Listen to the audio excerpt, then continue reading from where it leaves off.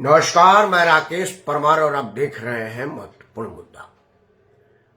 महत्वपूर्ण मुद्दे में तो आज फिर से वही महत्वपूर्ण मुद्दा है कि नीतीश कुमार कल इस्तीफा देंगे, नीतीश कुमार कल मुख्यमंत्री बनेंगे, नीतीश कुमार नेता पद पर विश्वास हासिल करेंगे और नीतीश कुमार को इस्तीफा देकर के नीतीश कुमार के लिए सीट खाली करेंगे और नीतीश कुमार को अपॉइंट करेंगे और नीतीश कुमार को शपथ ग्रहण करवाएंगे और फिर नीतीश कुमार बनने के लिए फिर मुख्यमंत्री का पद लेंगे। आप समझ गए हैं? नहीं तो अब आपकी मर्जी है, क्योंकि इतना ही जिलेबी की तरह से सीधे हैं नीतीश कुमार, तो इतनी आसानी से समझ नहीं आएगा। बट एक धीरे धीरे मैं कह देता हूं कि कल जो आशंका है कि नीतीश कुमार मुख्यमंत्री पद से इस्तीफा देंगे, पहला समाचार।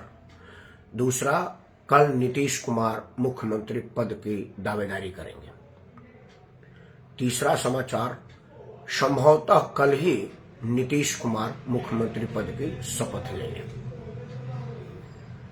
हो सकता है कि नीतीश कुमार को कार्यवाहक मुख्यमंत्री बने रहने की राज्यपाल अनुरोध करें और नीतीश कुमार अगले मुख्यमंत्री बनने तक कार्यवाहक रहे।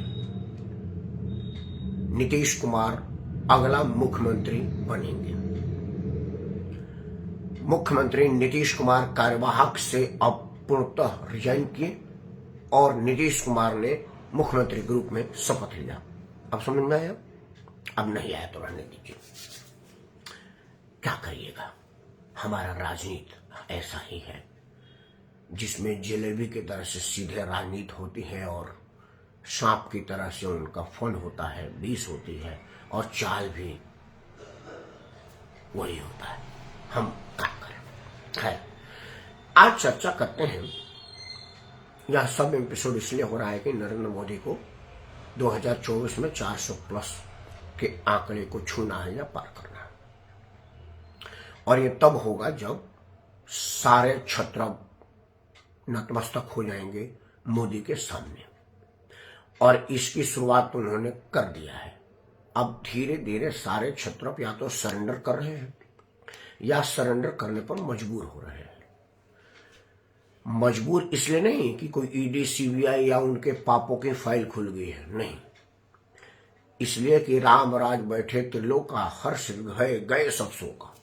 रामायण में एक चौपाई है कि राम लला जब आसन में बैठे तो सारे लोग हर्षित हो गए और सारा शोक संताप समाप्त हो गया। उसमें एक ये लाइन और लिखी है कि जहां पर कृपा राम की हुई ता पर कृपा करे सब कोई।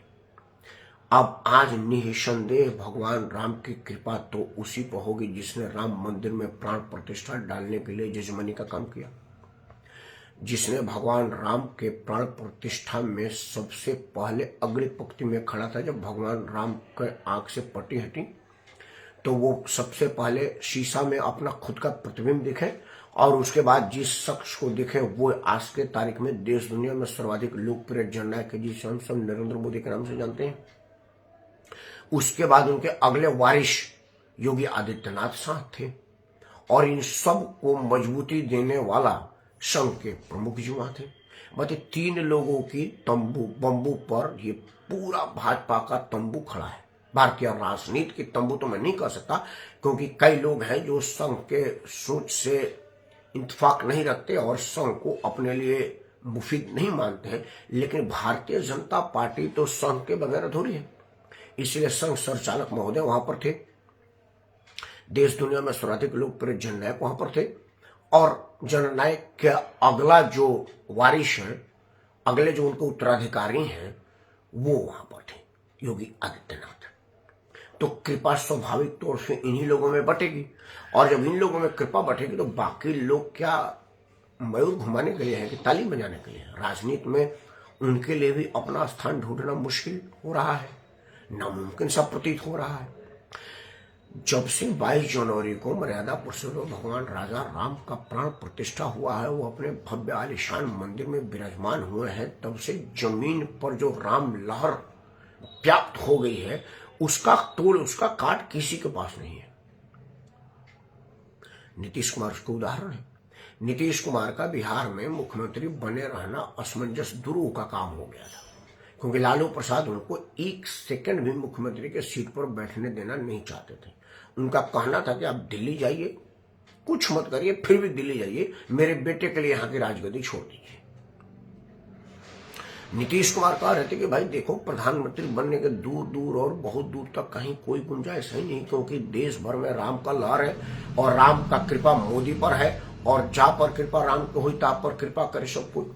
तो मोदी पर ये सब लोग कृपा करेंगे तो हम क्या करेंगे? मुख्यमंत्री की सीट भी गई और नरेंद्र मोदी से विरोध भी मोल ले तो करेंगे क्या? इससे बढ़िया है कि शांति मन से फ्री माइंड हो करके बिहार का मुख्यमंत्री 25 तक का कार्यकाल है संभाले, 24 में नरेंद्र मोदी को राजगद्दी पर बैठते हुए देख करके उनके बगल में बैठने का सुख हासिल करे और यह गरिमामय उपस्थिति का दम भरे कि भाई मैं मोदी के बगल में खड़ा था, विरोध में नहीं। इन सब परिस्थितियों की वजह से ये सब हो रहा है, लेकिन उसके बावजूद भी नरेंद्र मोदी ने और भी बहुत कुछ किया है।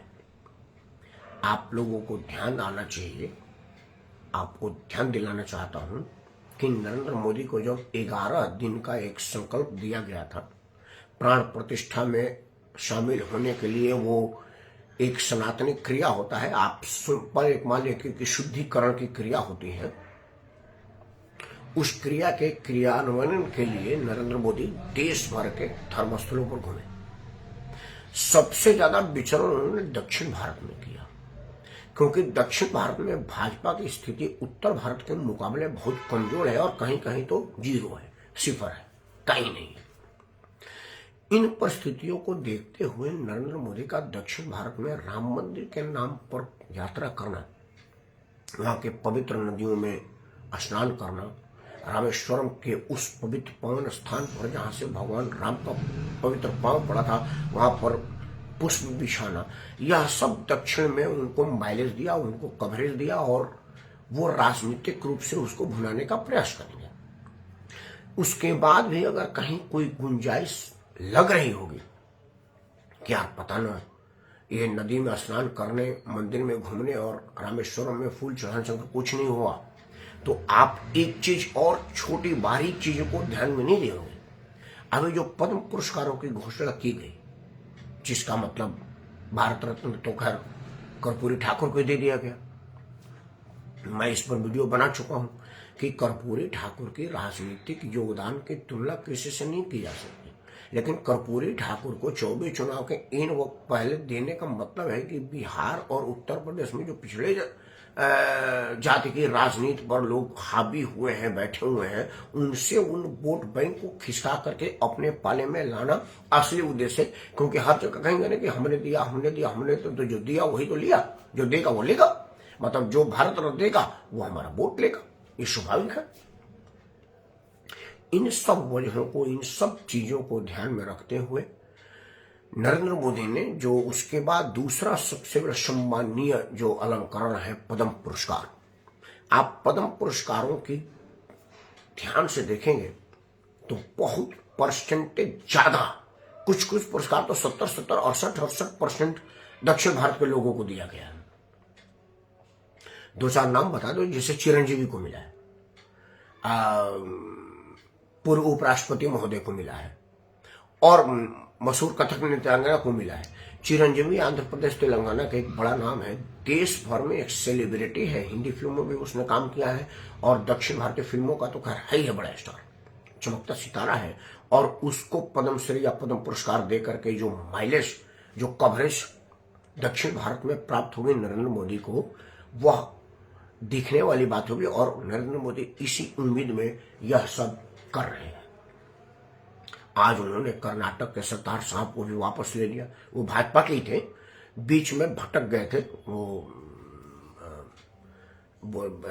वीरप्पन और वो उन लोगों के बीच की जो टकराव थी उस वजह से वो खिसक गए थे, लेकिन आज पुनः वापस आ गए और दम भर रहे हैं कि अब 25 का 25 सीट मोदी की झोली में डालना है।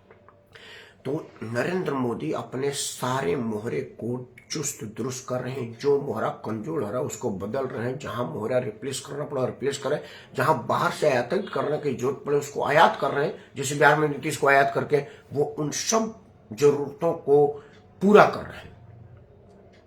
उनको लग रहा होगा कि भिखारी ठाकुर को, कर्पूरी ठाकुर को अकेले भारत रत्न देने से शायद काम ना बने, तो जो भिखारी कर्पूरी ठाकुर के राजनीतिक वारिस का दम भरते हैं उसको भी अपने पाले में ले लो और यह पासा फेंक दें। नीतीश कुमार आज से कल तक भाजपा में आ जाएंगे। इन सब चीजों को देख करके मुझे लग रहा है कि नरेंद्र मोदी की राजनीतिक चाल बिल्कुल सही दिशा में जा रही है और राजनीतिक दल होने के नाते उनका यह कर्तव्य भी है, कोई चोरी नहीं करे, घोटाला नहीं करे, कोई बेईमानी नहीं करे। अपना दल बढ़ाने का तो हर राजनीतिक दल का प्रथम दायित्व है, उसका फर्ज बनता है कि भाई वो अपने आप को बढ़ावे, लार्ज करे, उत्तर से दक्षिण तक स्वयं पहुंचावे, अपना नाम कमाए और वोट बैंक कमाए। राजनीतिक दलों का यह काम भी है और इसमें कोई बुराई भी नहीं है। दक्षिण भारत के लोग पढ़े लिखे होते हैं। दक्षिण भारत के लोग जब तुलना करेंगे नरेंद्र मोदी का और बाकियों का, तो ये पाएंगे कि 10 साल के कार्यकाल में पूरा विपक्ष ढूंढ ढूंढ कर अगर कोई इल्जाम मोदी के ऊपर लगाया है तो तानाशाही का लगाया है, धार्मिक उन्माद का लगाया है और मंदिर मस्जिद में विभेद करने का लगाया है। मुसलमान खतरे में है कि प्रचार किया है और अल्पसंख्यकों को दबाया जा रहा है, दलितों को परेशान किया जा रहा है वगैरह वगैरह। लेकिन पूरे 10 साल के कार्यकाल में किसी भी राजनीतिक दल के लोग ने नरेंद्र मोदी पर कोई घोटाला, भ्रष्टाचार का इल्जाम नहीं लगाया। तो देशवासी यह सोचेंगे कि भाई नरेंद्र मोदी मुसलमान को देश छोड़ने की बात तो कह नहीं रहे। नरेंद्र मोदी अगर हिंदू हैं और हिंदू हितों की बात कर रहे हैं तो अब तक हिंदू को अछूत माना जाता था, तो इसमें बुराई क्या है। और नरेंद्र मोदी ने राजनीति में रहते हुए चोरी तो नहीं किया है, और अगर चोरी नहीं किया है तो उनके साथ जाने और उनको अपना बनाने में बुराई क्या है। यह सब पूरे देशवासी विचार करेंगे और मुझे लग रहा है कि अगर सब लोगों ने सब विचार कर लिया तो नरेंद्र मोदी का सपना 400+ का पूरा होने में कोई संदेह मुझे नहीं लग रहा है, क्योंकि नरेंद्र मोदी हर उस जगह को भर देना चाहते हैं जिस जगह से वोट आती है। और अगर वोट आती है तो आने दीजिए। और राजनीति में मर्यादा है कहाँ। राजनीति में कहा जाता है कि आंख की शर्म तो किसी के पास होती नहीं। कल जो नीतीश कुमार कह रहे थे कि मर जाएंगे, भाजपा में नहीं जाएंगे, तो क्या कल वो मरेंगे या भाजपा में आएंगे। लेकिन उधर कपिल सिब्बल कह रहे थे कि राम मंदिर बनेगा तो मैं पता ना क्या करूंगा, तब से वो टीवी पर नहीं दिखे। किसी को पता कर भाई कपिल सिब्बल साहब कहाँ है, मंदिर तो बन गई, प्राण प्रतिष्ठा भी हो गया। तो ये राजनीति में रहने वाले लोगों के कहने करने का कोई दीन ईमान नहीं है। वो अपने सुविधा से कहते हैं और अपने सुविधा से करते हैं। जिसको जब सुविधा मिलेगा वह कहेंगे और वह करेंगे जो उन्होंने ना करने के लिए कहा है। आज नीतीश कुमार के रूप में दिख रहा है। अंत में एक ही बात कहूंगा कि दिल्ली में एक नया संगोपन फिर से सुनने को मिला है कि जिनकी हैसियत 2 कौड़ी की नहीं है उन्हें 25 करोड़। क्या है, आपको ये बात हजम हो रही है? मुझे तो नहीं हो रही। अगर आपको हजम हो रहा हो तो हमको बताइएगा जरूर कि जिसकी 2 कौड़ी की औकात है उसे 25 करोड़। क्या इतना पागल हो गया है राजनीति? मुझे लग रहा है कि नहीं हुआ है। आप जो विचार करिएगा। जय हिंद, वंदे मातरम। और फिर से एक बार कि राम काज किए बिना मोहे कहाँ विश्राम। सादर प्रणाम। जय श्री राम।